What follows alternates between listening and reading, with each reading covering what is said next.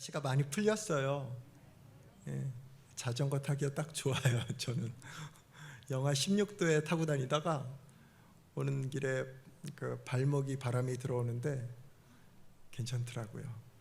그러면서 시원한 바람을 맞으면서 상쾌함이 들더라고요. 그러면서 하나님이 시원함을 주시네. 그러면서 페달을 밟았습니다. 이 세상에서 가장 불행한 사람은 누구일까요? 한번 생각해 보았습니다. 가장 불행한 사람은 누구일까? 가장 큰 아픔 중에 우리는 자식을 먼저 보낸 슬픔을 말합니다. 아무리 생각해도 그것보다 큰 아픔은 없는 것 같아요. 그렇죠? 근데 그것보다 더 큰 아픔이 있을까 생각을 하던 중에 희망이 없다면, 소망이 없다면 그 사람은 얼마나 힘들까, 우울할까, 괴로울까. 우울증의 대부분의 환자들이 자살의 90% 이상의 사람들이 꿈도 소망도 자기의 아픔을 이해해주는 위로자 한 명이 없어서 극단적인 선택을 한다고 합니다.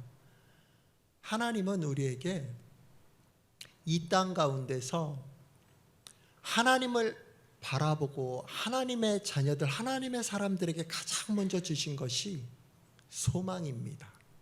무슨 뜻이냐? 이사가 너 살 수 있어. 너 지옥 갈 인생인데 살 수 있어. 내가 너 죽게 그냥 놔두지 않아.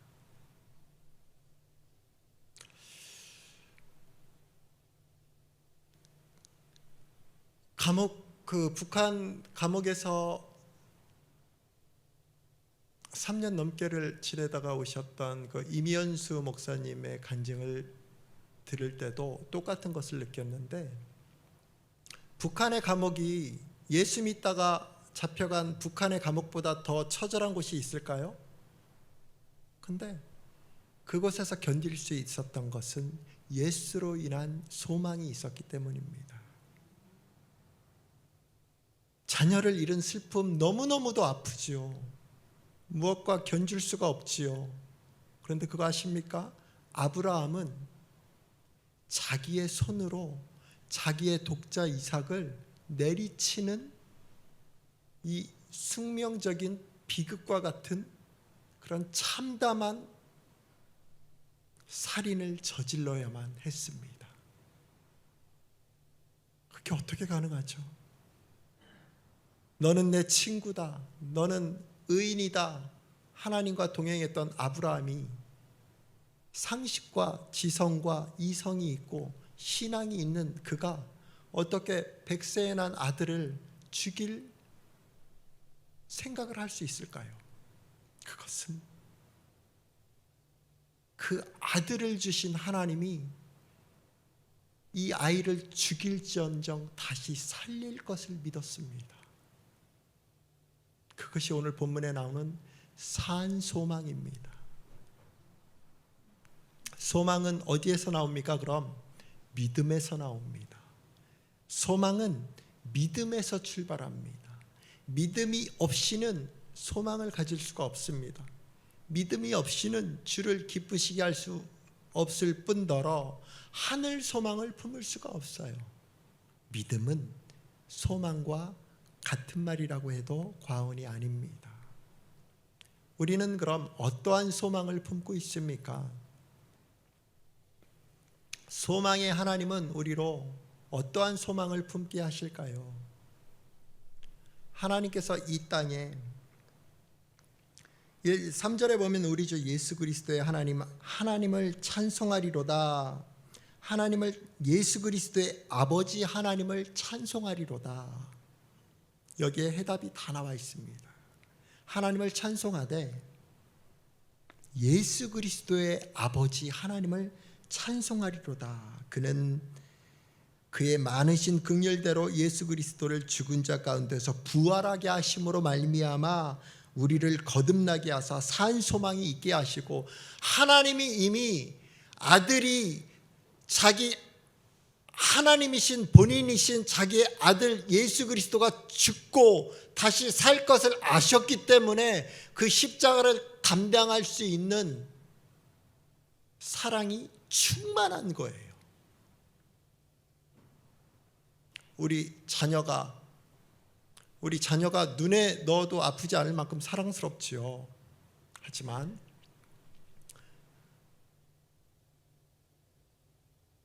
죽이고 싶을 때도 분명히 있을 거예요.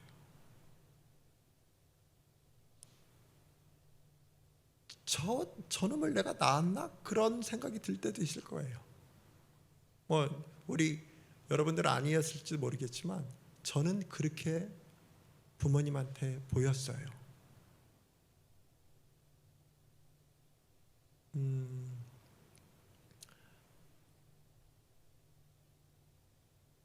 모든 사람은 장애가 있습니다. 아픔이 있습니다. 분노가 있습니다. 트라우마가 있고 병이 있습니다. 저는 없다고요? 없다고 말씀하시는 분도 있어요. 우리 가정은 행복하다고요? 그렇게 말하실 수도 있어요. 하지만 우리가 분을 내지 않는 사람 없습니다. 내 자녀를, 내 가족을, 내 영역을, 내 자유를 침범하고 내 행복을 구속하는 것에 있어서 우리는 분노를 느끼고 화가 납니다. 그렇죠? 그때 선이 있어요.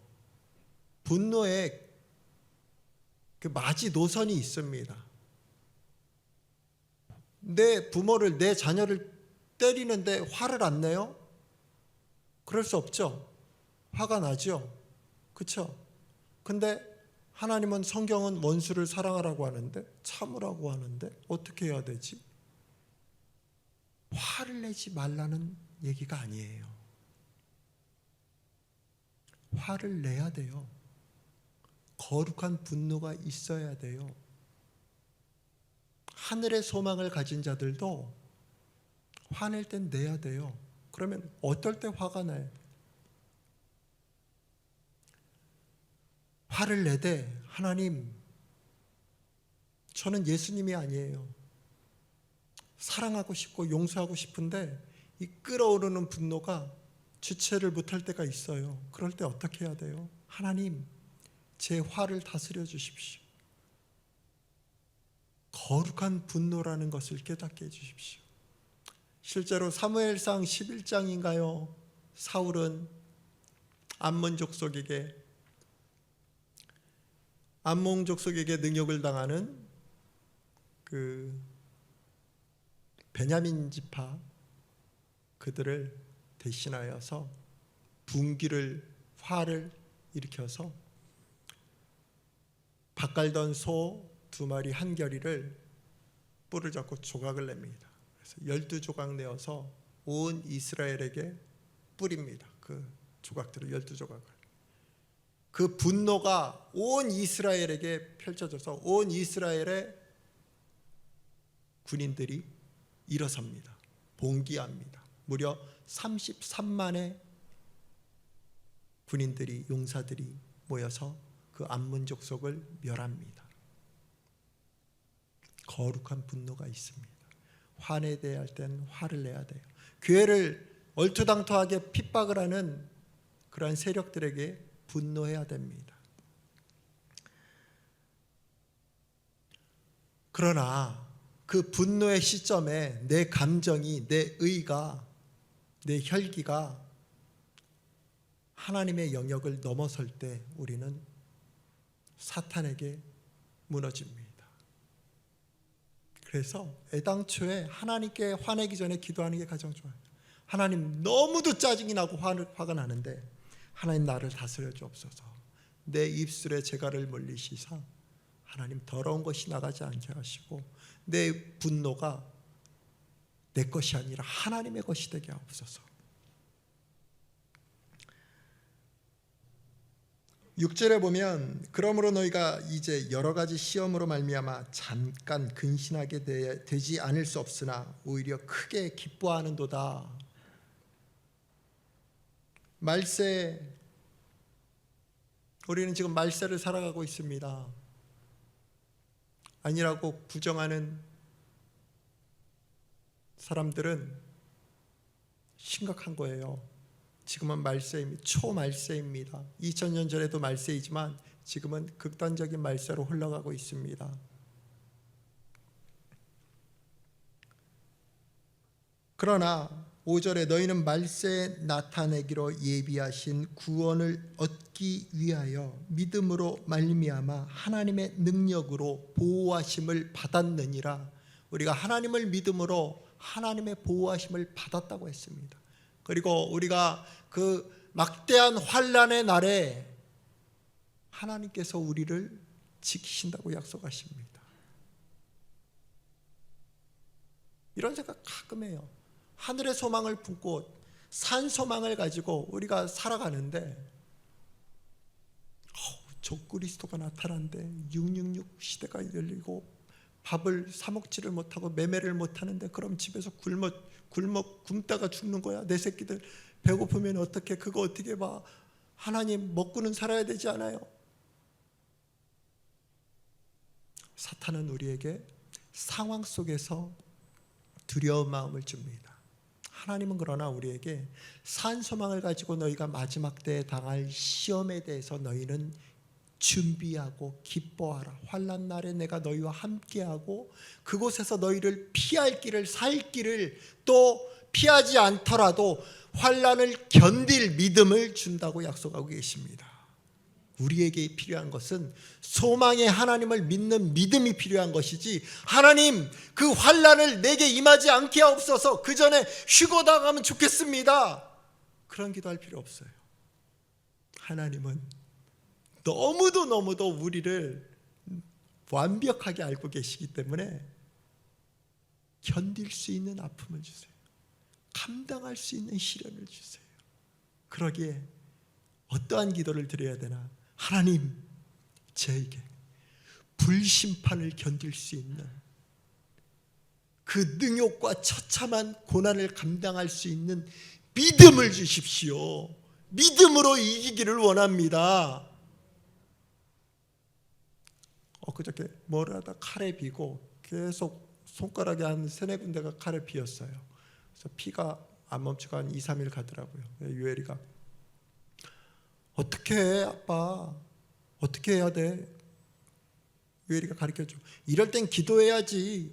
기도를 해줬어요. 이 고통이, 이거에 몇만 배의 고통이 오겠죠. 그렇죠? 환난과 핍박과 고문을 받는다면 이런 거에 대해서 우리가 생각하고 준비해야 돼요. 나에게는 그런 게 오지 않을 거야. 오면 어떻게? 나 그때 예수님 부인하는 거야? 사탄은 우리에게 끊임없이 두려움과 불안을 줍니다. 하지만 주님께서는 그 모든 상황, 그 모든 두려움과 염려와 아픔과 그 고통은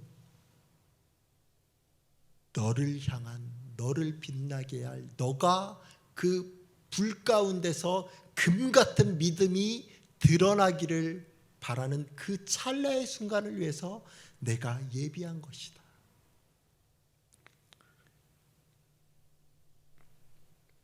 7절에 봅니다. 다시 너희 믿음의 확실함은 불로 연단하여도 없어질 금보다 더 귀하여 예수 그리스도께서 나타나실 때 칭찬과 영광과 존귀를 얻게 할 것이니라. 아멘.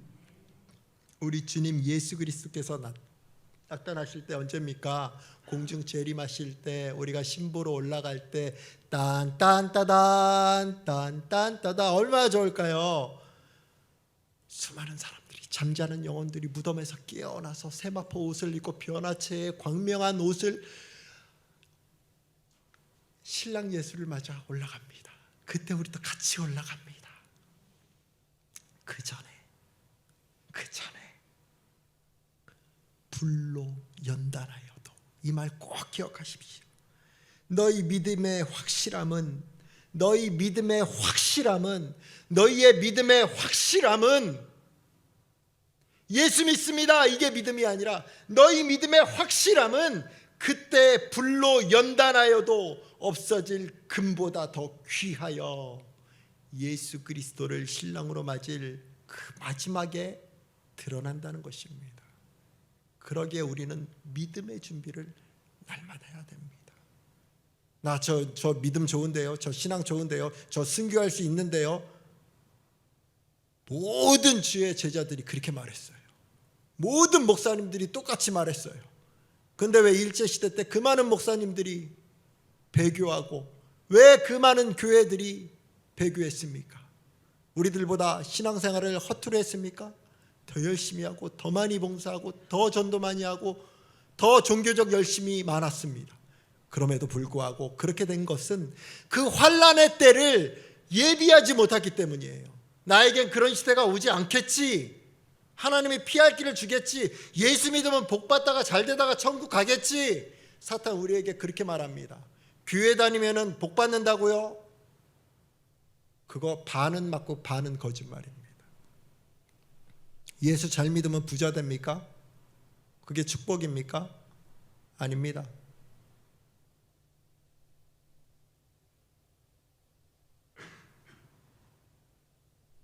유엘이가 아무리 이쁘다고 제가 100만 원 줍니까?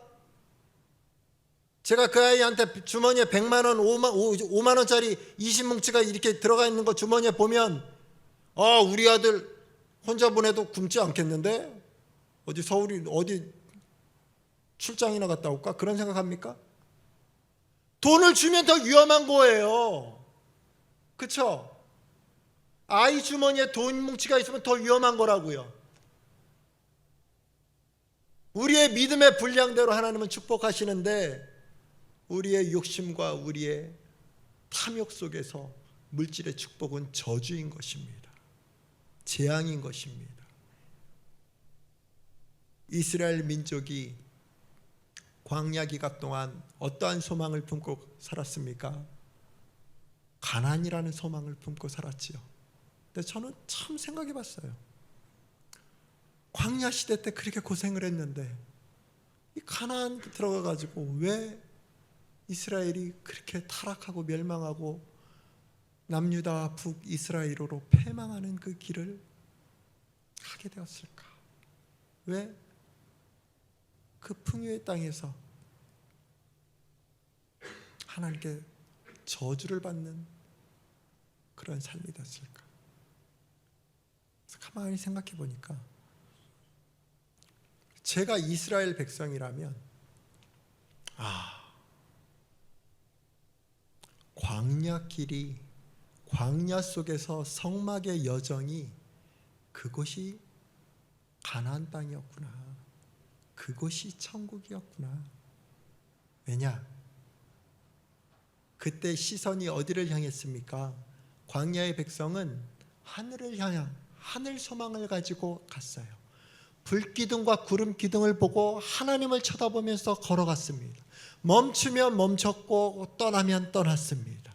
하나님이 내려주시는 것을 보고 기다리며 먹었습니다. 하나님과 오롯이 동행하는 그러한 삶을 살았습니다. 하나님과 동행하는 곳이 광야길인즉 천국이라는 것입니다. 가나안 젖과 꿀이 흐르는 땅에 들어갔을지라도 이방 문화와 가나안의 탐욕적인 그 우상 문화에 우리가 타협할 때 그 기름진 땅이 범죄, 우상 숭배하는 저주의 땅이 되는 것입니다. 물질의 축복이 아니라는 것입니다. 그러니 시험을 당하매 환난을 당하매 너희가 참고 견뎌라 그렇게 말씀하기보다 너희는 기뻐하라 이렇게 적극적으로 구체적으로 우리에게 알려주십니다. 환난을 기뻐하라. 너희가 받을 삼급과 도무지 비교가 되지 않고 또 그 환난 가운데서 그 환난 가운데서 너희를 구원하는 나 여호와를 너희가 바라보라, 만나라. 하나님 우리에게 말씀하고 계십니다. 우리의 믿음의 결국, 우리의 믿음의 결론 무엇입니까? 영혼 구원입니다. 오늘 9절에 보니까 믿음의 결국 꼭 영혼의 구원을 받음이라. 라오스를 어떤 마음으로 갔을까요? 믿음으로 갔습니다. 믿음이 있었기에 소망과 더불어 사랑이 싹틉니다. 그 영혼들을 사랑하는 마음으로 갑니다. 그냥 뭐 교회 뭐 뭔가는 해야겠고, 나 다른 교회도 선교 다 하는데 우리 좀 돌아봐야 되고 선교해야 되는 거 아니야? 그렇게 하는 교회들도 종종 있겠죠. 그러나 어떠한 상황과 어떠한 여정 가운데서도 하나님은 자신의 일을 하십니다. 그런데 감사하게도 우리 교회는 하나님이 사랑하는 마음을 먼저 주셨다는 것에 대해서 너무도 감사하지 않을 수가 없습니다.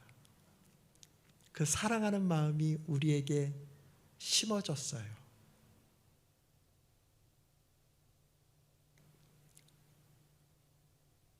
사랑하면 뭔가 주고 싶어요. 그렇죠? 뭔가 주고 싶어요. 우리 권사님들, 집사님들, 우리 성도들한테 뭔가 주고 싶어요. 근데 가장 좋은 것을 줘야 되는데 그 가장 좋은 게 무엇일까? 누군가 저에게 무엇을 준다면 저는 가장 좋은 것 꼭 부탁합니다. 저를 위해 기도해 주십시오. 기도보다 더 큰 선물은 없습니다. 영혼을 사랑하는 그 마음 속에서 우리가 할 수 있는 최고의 것은 기도입니다. 자녀들을 사랑하십니까? 부모님을 사랑하십니까? 기도하십시오. 기도하는 마음은 하나님이 주셔야 되는데 그 기도하는 마음의 시작은 믿음에서 출발합니다. 하나님이 나로, 하나님을 온전히 믿는 사람. 어떤 목사님이 이런, 목사님들끼리도 상담 많이 해요. 서로 성도들, 교회, 자식 문제, 마누라 문제, 여러 가지. 다른 거 다 잘하겠는데 마누라 문제는 너무 힘들다고 하는 목사님도 계시고, 내가 교회는 어느 정도 읽었는데 자식 농사는 도저히 내 뜻대로 안 된다는 목사님도 계시고, 또 교회가 성장할 만하면 분란이 계속 반복된다는 목사님들도 계시고. 그래서 그때 제가 무슨 대화를 하다가 그 동기 목사님인데 형님이에요. 형님 목사님인데 저한테 그런 상담을 하는 것 자체가 참 웃기기도 하고 송구스럽기는 한데 뭐 편하니까 하겠죠. 상담은요 해결자한테 하는 게 아니에요. 나보다 뛰어난 사람한테 하는 게 아니에요. 들어주는 사람, 만만한 사람, 편한 사람한테 하는 거예요. 제가 편했나 봐요. 그런 상담을 하시더라고요. 자식은 우울증에 걸려서 군대에서 적응을 못하고, 아내는 자기를, 사모님이죠. 근데 목회하는 거에 대해서 굉장한 스트레스를 받고, 목사의 그 고리타분한 그 모습이 너무 싫다고 막, 사탄의 역사죠. 어떻게 하면 좋겠니? 그 목사님 기도하시죠. 맨날 기도하시죠. 신실한 목사님이니까 날마다 기도하시죠. 목양실에서 혼자 라면 끓여 드시고 새벽 기도, 주일 설교, 하루 종일 설교 준비하시고 외롭게 싸우시죠. 그래도 육체적으로, 육신적으로 외로우니까 저한테 전화하셨겠죠. 어떻게 하면 좋겠니? 그래서 제가 그랬어요. 형님, 목사님, 형님, 예수 믿으세요. 그랬어요. 목사님한테 예수 믿으세요 그랬어요.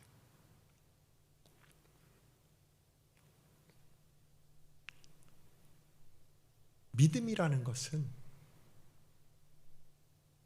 나에게 정말 왜 이런 십자가를 주셨을까? 왜 이런 아픔을 주실까? 이 불같이 뜨거운 환난 속에서 너희 믿음이 금보다 더 빛나도록 하나님이 확인하시듯이 우리의 믿음은 하나님이 확인하고 싶어 하세요. 근데 그 믿음은 불에 태워야만 보이신데, 그러니까 우리를 태워야 되는 거예요. 좋을 때는, 친할 때는, 배부를 때는 다 좋지요. 친하지요. 미울 때, 배고플 때, 외로울 때, 그때 나의 손을 잡아주는 사람이 진짜 나를 사랑하는 사람이에요. 우리 주님은 우리를 향해서 그 믿음을 바라보고 계십니다.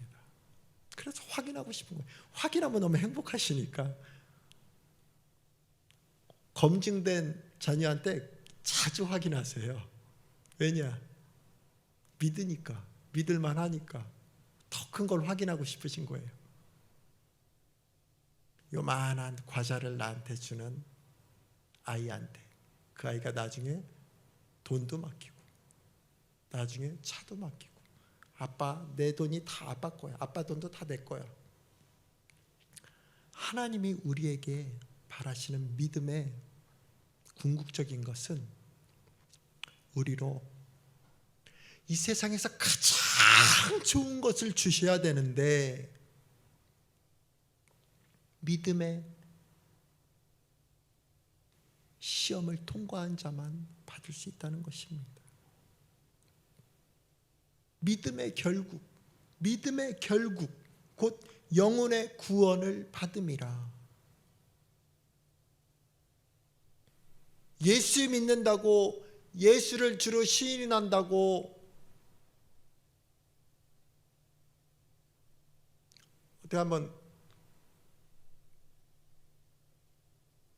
마음으로 믿어요, 의에 이르고 입으로 시인하여 구원에 이르느니라 분명히 성경에 기록되어 있죠. 하지만 거짓 선지자들도 예수를 주로 시인하고 이단들도 예수를 주로 시인합니다.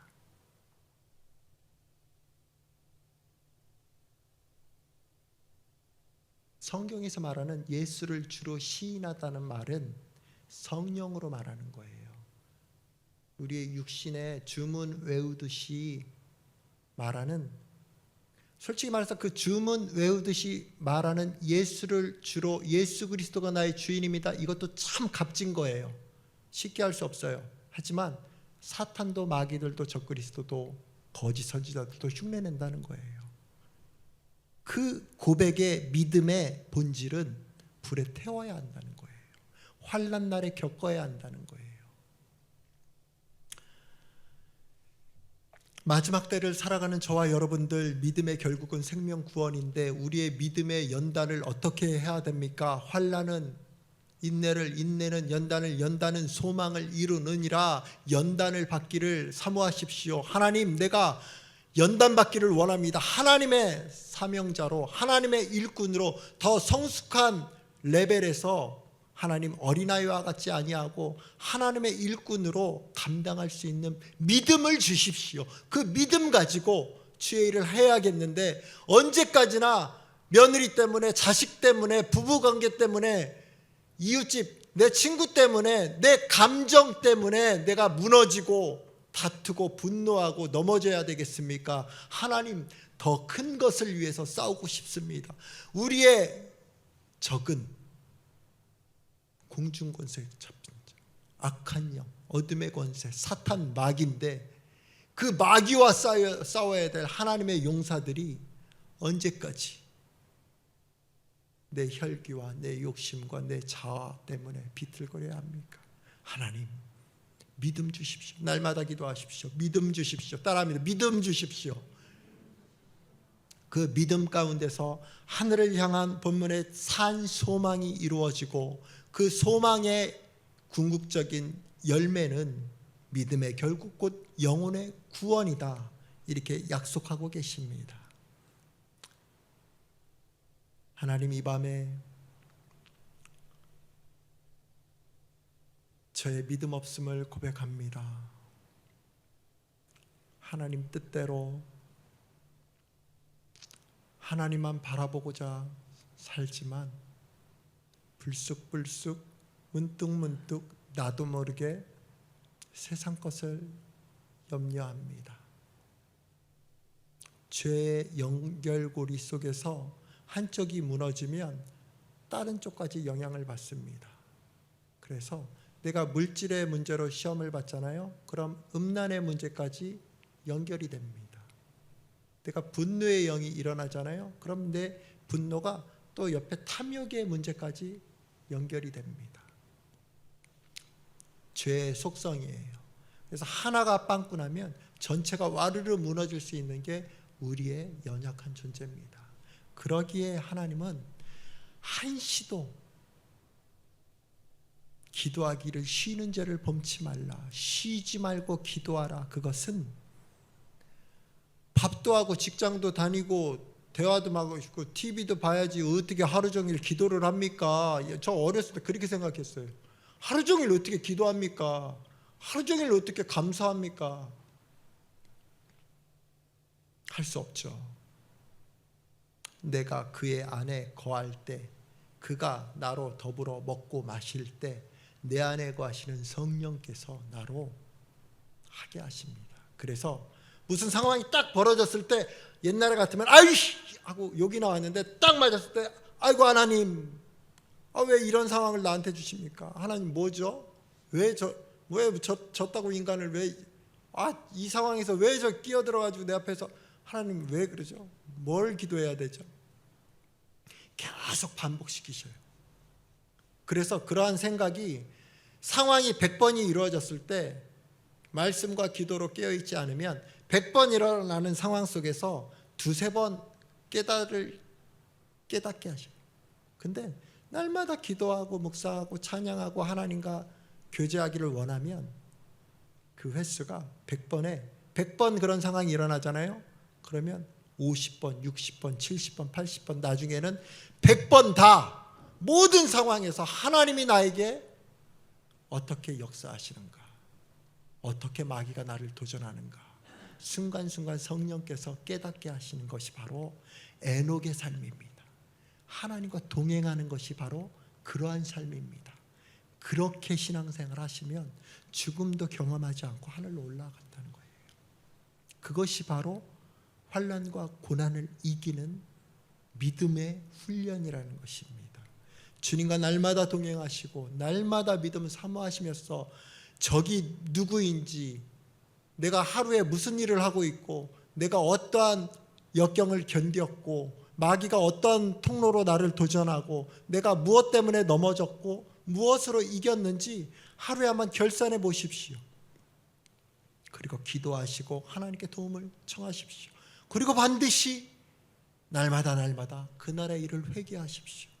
하나님 그날 결제를 좋아하시더라고요. 그리고 무엇보다도 서로 사랑하십시오. 믿음의 결국은 영혼의 구원을 받음이라. 그렇다면 내 믿음의 구원에, 궁극적인 내 영혼 구원에 만족하지 마시고 믿음의 결국은 영혼 구원이다. 내 영혼 포함해서 이웃의 영혼, 우리 친척 중에 분명히 안 믿는 영혼이 있어요. 친구들 때도 있고요. 그 영혼을 위해서 우리가 간절히 기도하는 것이 믿음의 결국, 우리의 최종 믿음의 결국은 바로 영혼 구원에 있어야 된다는 것입니다. 그래서 날마다 말씀과 기도로 깨어서 하나님을 바라보는 저와 여러분